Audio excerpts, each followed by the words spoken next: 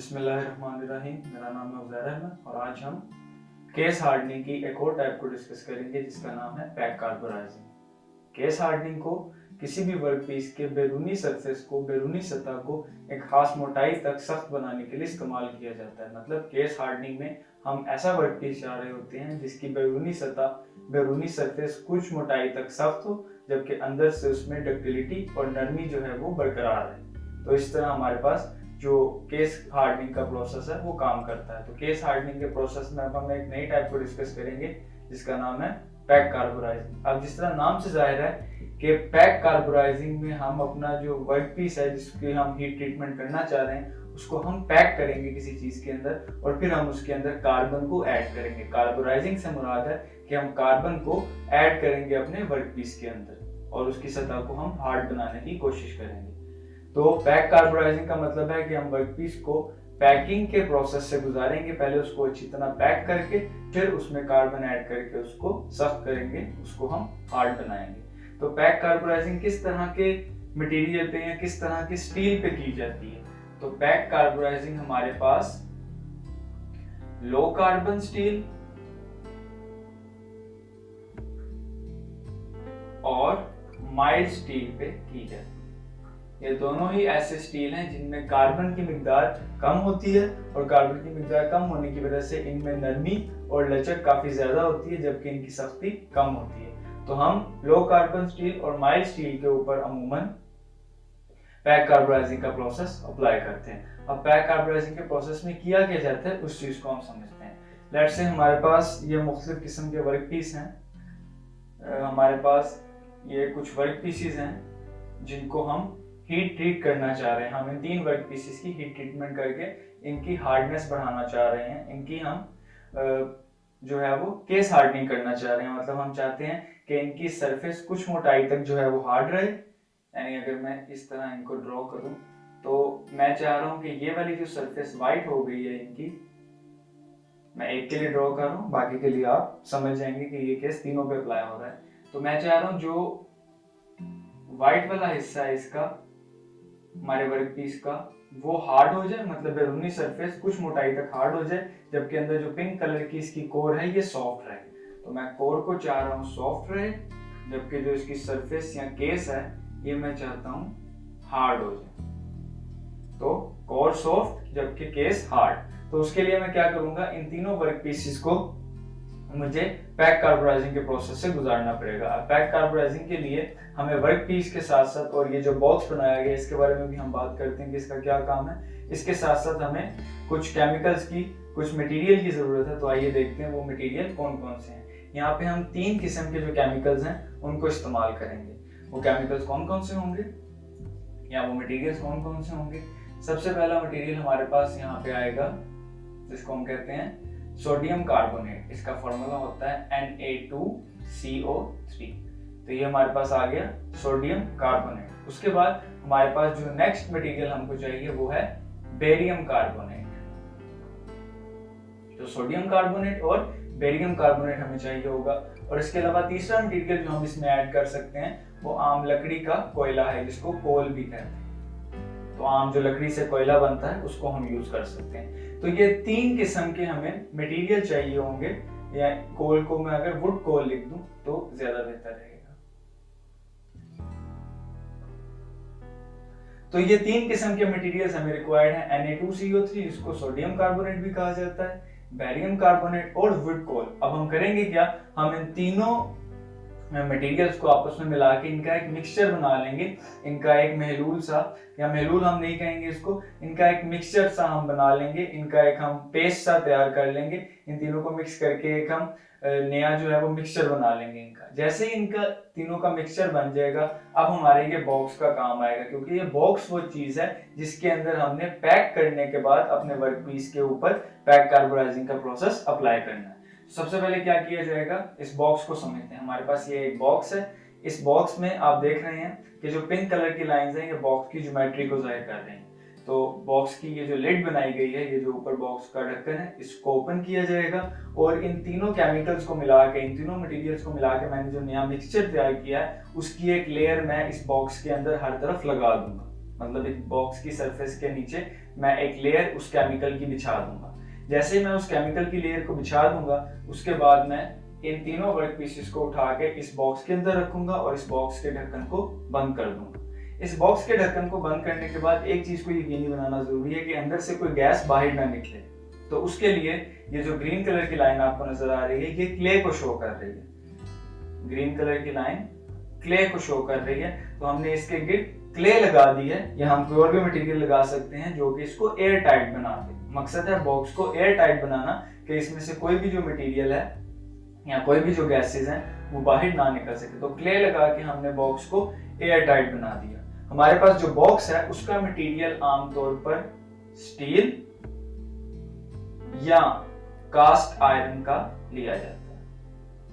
तो बॉक्स हमारे पास आमतौर पर स्टील का या कास्ट आयरन का होता है, जिसके अंदर हम वर्क पीसेस को रख के उसकी पैक कार्बोनाइजिंग करते हैं। तो हमने बॉक्स को ओपन किया, इन तीनों मटेरियल्स को मिला के एक नया मिक्सचर बनाया, उसकी एक लेयर बॉक्स के अंदर बिछा दी। उसके बाद हमने वर्क पीसेस को बॉक्स के अंदर रख के बॉक्स को क्लोज किया और उसको क्ले लगा के एयर टाइट कर दिया। इसके अलावा हम बॉक्स को मजीद एयर टाइट करने के लिए 2 स्ट्रिंग्स या 2 रस्सियां भी उसके गिर्द बांध सकते हैं, ताकि हमारा बॉक्स और मजबूती से बंद हो जाए। अब जैसे ही हमारा बॉक्स मजबूती से बंद हो गया, अब हमारा प्रोसेस स्टार्ट होता है। हम इस बॉक्स को आहिस्ता आहिस्ता से हीट करना शुरू करेंगे। तो इस बॉक्स को हम हीट करेंगे 850 डिग्री सेल्सियस से लेके 1000 डिग्री सेल्सियस तक। तो 850 डिग्री सेल्सियस से लेके 1000 डिग्री सेल्सियस तक हम इस बॉक्स को हीट करेंगे। ये इसकी टेम्परेचर रेंज है हमारे पास। और जब हीटिंग का प्रोसेस मुकम्मल हो जाएगा, लेट्स से मैं 950 डिग्री तक या 1000 डिग्री तक इस बॉक्स को हीट अप कर देता हूं, उसके बाद हम सोकिंग का प्रोसेस स्टार्ट करेंगे। और सोकिंग के प्रोसेस में दर्जा हरारत को या टेम्परेचर को मेंटेन किया जाता है। तो ये जो दर्जा हरारत एक बार मेरे पास आ जाएगा, जो टेम्परेचर मैं अचीव कर लूंगा, उसको मैं 6 से 8 घंटे तक मेंटेन करूंगा। मतलब इसमें जो सोकिंग का प्रोसेस है वो अच्छा खासा लंबा है। 6 से 8 घंटे तक हमें सोकिंग करनी पड़ेगी अपने वर्क पीसेस की। तो एक बार हमारा डिजायर्ड टेम्परेचर आ गया, उसके बाद 6 से 8 घंटे तक हम लोग जो है वो सोकिंग करते हैं अपने वर्क पीसेस की। तो जब 6 से 8 घंटे मुकम्मल होंगे, इन 6 से 8 घंटों के दौरान काम क्या होगा, अब उस चीज को समझते हैं। इन तीनों मटेरियल्स को इस्तेमाल करने का फायदा क्या है। बेरियम कार्बोनेट, तो बेरियम हमारे पास एक ऐसा मटेरियल है जो कि प्रोसेस को बहुत ज्यादा इग्नाइट कर देता है। मतलब वो कार्बोनाइजिंग का हमारा जो प्रोसेस है उसको बहुत ज्यादा तेज कर देगा, क्योंकि जिस तरह मैंने बताया कार्बन को ऐड करके वर्कपीस को हार्ड बनाया जाएगा। तो कार्बन का वर्कपीस के अंदर जो ऐड होने का प्रोसेस है, बेरियम कार्बोनेट का जो कंपाउंड है उसमें मौजूद बेरियम उसकी स्पीड को बहुत ज्यादा तेज कर देगा। तो बेरियम कार्बोनेट यहाँ पे यूज हो रहा है स्पीड को तेज करने के लिए, रिएक्शन की, कार्बोनाइजिंग के रिएक्शन की स्पीड को तेज करने के लिए। जबकि सोडियम कार्बोनेट और वुड कोल, हमारे पास जो लकड़ी का कोयला और सोडियम कार्बोनेट लिए जा रहे हैं, ये दोनों वो कार्बन प्रोवाइड करेंगे जो कि हम वर्कपीस की सरफेस के अंदर एंटर करके उसको हार्ड बनाएंगे। तो जैसे ही हम अपने डिजायर्ड टेम्परेचर पे पहुंच के सोकिंग का प्रोसेस शुरू करेंगे, तो बेरियम कार्बोनेट रिएक्शन को स्पीड अप करना शुरू करेगा और उसके साथ साथ हमारे पास जो सोडियम कार्बोनेट और वुड कोल का एक मिक्सचर है, उनमें से जो कार्बन गैस है वो रिलीज होना शुरू होगी। ठीक है, तो जैसे ही कार्बन उनमें से रिलीज होगी, वो कार्बन एयर टाइट होने की वजह से बॉक्स से बाहर नहीं निकल सकेगी। और ज्यादा टेम्परेचर पर जब एयर जो हमारे पास गैस है, कार्बन गैस, वो रिलीज होगी, जब कार्बन कंटेंट हमारे पास रिलीज होगा, तो वो वर्कपीस की सरफेस के अंदर एंटर होना शुरू हो जाएगा। वर्कपीस की सरफेस के अंदर एंटर होके वो हार्ड होना शुरू हो जाएगा। तो जैसे ही 6 से 8 घंटे हमारे पूरे होते हैं, वो 6 से 8 घंटे तक जो कार्बन कंटेंट है वो वर्कपीस की सरफेस के अंदर एंटर होकर उसे हार्ड बनाता रहेगा। अब जैसे ही 6 से 8 घंटे का प्रोसेस हमारा पूरा होगा, हम इस बॉक्स को जो है वो हीटिंग करना बंद कर देंगे। उसका दर्जा हरारत हम अब जो है वो मेंटेन नहीं रखेंगे मजीद, और हम इसको कूल डाउन करना शुरू करेंगे। अब कूल डाउन करते वक्त हम इसका दर्जा हरारत आहिस्ता से कम करेंगे। हम इसको एकदम से कूल डाउन नहीं करना चाहते, हम इसको आहिस्ता से कूल डाउन करना चाहते हैं। और कूल डाउन करके हम इसका दर्जा हरारत 400 डिग्री सेल्सियस से 450 डिग्री सेल्सियस तक लेके आएंगे। और ये वो टाइम है जब हम दर्जा हरारत बहुत आहिस्ता से कम कर रहे हैं, मतलब हम कूलिंग आहिस्ता से परफॉर्म कर रहे हैं अपने इस बॉक्स की जिसके अंदर वर्क पीसेस को रखा गया है। जैसे ही 400 या 450 डिग्री सेल्सियस का टेम्परेचर अचीव हो जाता है तो उसके बाद बॉक्स को ओपन करके वर्क पीसेस को देखा जाता है कि उनकी सरफेस हार्ड हो गई है या नहीं। अगर ज़रूरत पड़े तो हम वर्क पीसेस को ठंडा करने के लिए या बॉक्स को ठंडा करने के लिए 400 या 450 डिग्री सेल्सियस के बाद क्विंचिंग भी कर सकते हैं, जो कि वर्क पीसेस को मजीद हार्ड करने में मदद करेगी। लेकिन बाज़ प्रोसेस में ये कर लिया जाता है, बाज़ में नहीं किया जाता। तो सिंपल जब 400 से 450 डिग्री सेल्सियस तक हमारा टेम्परेचर आ जाएगा बॉक्स का, तो बॉक्स को ओपन करके वर्क पीसिंग की कंडीशन को देखा जाएगा कि वो उनकी जो केस हैं, उनकी जो सरफेस है वो हमारी मनचाही मोटाई तक हार्ड हो गए हैं या नहीं हो गए।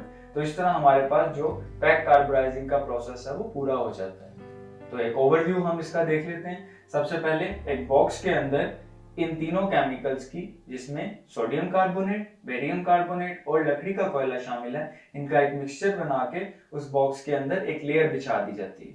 उसके बाद उस बॉक्स के अंदर जो भी वर्क पीस जिसकी हम सरफेस हार्डनिंग करना चाह रहे हैं या पैक कार्बोराइजिंग करना चाह रहे हैं उनको रखा जाता है। उनको रखने के बाद बॉक्स के बाकी जो इर्द गिर्द जगह होती है वहां पे भी ये जो केमिकल है, ये जो हमारे पास मिक्सचर है, इसको डाल दिया जाता है बॉक्स के इर्द गिर्द। मतलब हम वर्क पीसेस को मुकम्मल तौर पे घेर देते हैं, मुकम्मल तौर पे सराउंड कर देते हैं अपने इस मटेरियल से, अपने इस मिक्सचर से। उसके बाद बॉक्स को बंद करके उसको क्ले की मदद से या किसी और मटेरियल की मदद से एयर टाइट कर लिया जाता है। और एयर टाइट करने के बाद बॉक्स को हीट अप किया जाता है। हमारे पास जो बॉक्स है वो स्टील या कास्ट आयरन का हो सकता है। तो जैसे ही बॉक्स को हीट अप किया जाता है, टेम्परेचर रेंज 850 से 100 डिग्री सेल्सियस तक मेंटेन की जाती है। मतलब इस रेंज के दौरान हम बॉक्स का टेम्परेचर रखना चाहते हैं।